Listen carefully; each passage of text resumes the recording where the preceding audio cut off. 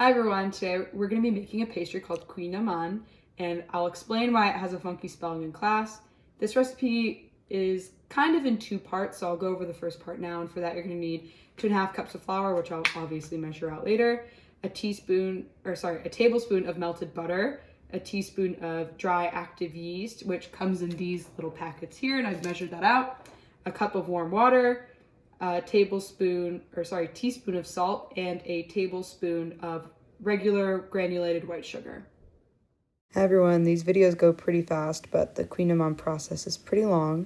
So here I am adding the water, sugar, and yeast. Once it gets to a frothy stage, add the tablespoon of melted butter and your 2 cups of flour. You'll see in a second you add the remaining half cup of flour to your work surface and knead it in. So I give it a good stir. This dough will end up being pretty sticky, which is why you need that half cup of flour on your work surface. And then you'll see I fold it and knead it in.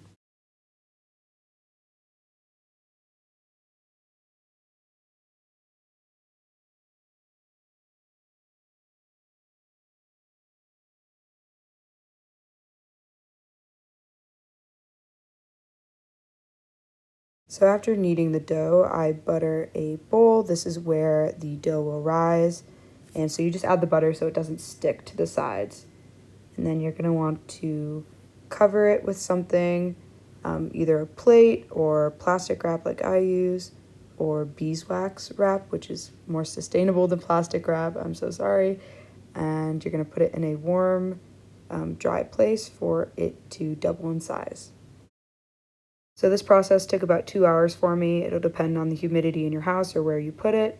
I take the dough, put it on a lightly floured countertop, spread the dough out with my fingers before getting a rolling pin and rolling it out into a pretty big rectangle. I got mine to about 1/4 of an inch to 1/8 of an inch thick.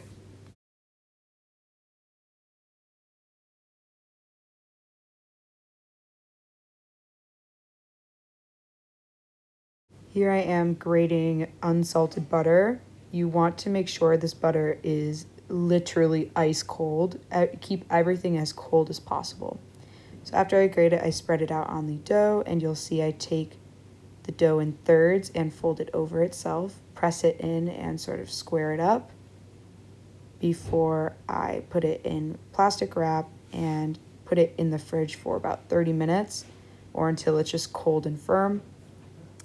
It'll depend on your fridge type and everything.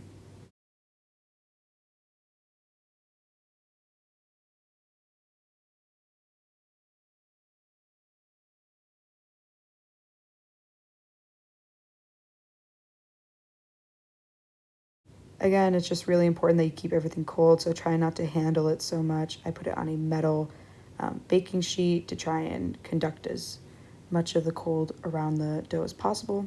Here I am grating the second stick of unsalted butter, and you're basically going to repeat the same process as before. Take it out of the plastic wrap, roll it out into a nice big square rectangle, about 1/4 of an inch to 1/8 of an inch thick.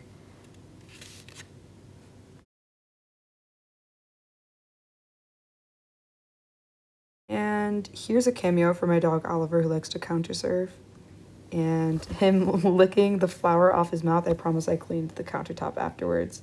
This is why I don't have him in class. He's unruly. So here I am spreading the butter out across my pastry again. And then I'm going to take flours on my hands and press the butter into the dough.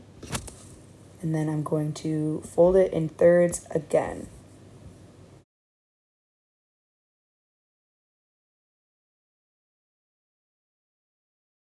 So we're done with the buttering process, but we are going to roll again, get it nice and flat and rectangular shaped. And then we are going to fold in thirds again. This is to create the lamination or the layers of butter in the pastry, which is why it's important. And keeping it cold prevents all the butter from melting and leaking out, which gives the pastry its rise. So after folding into thirds again, you see I'm rolling it out for a third time. and I will then fold it into thirds again. You want to be careful, make sure your butter isn't melting or you're taking too long on this step. So after I fold it into thirds again, I will wrap it in plastic wrap and stick it back in the fridge for about an hour, maybe longer. You just want to make sure that everything is cold.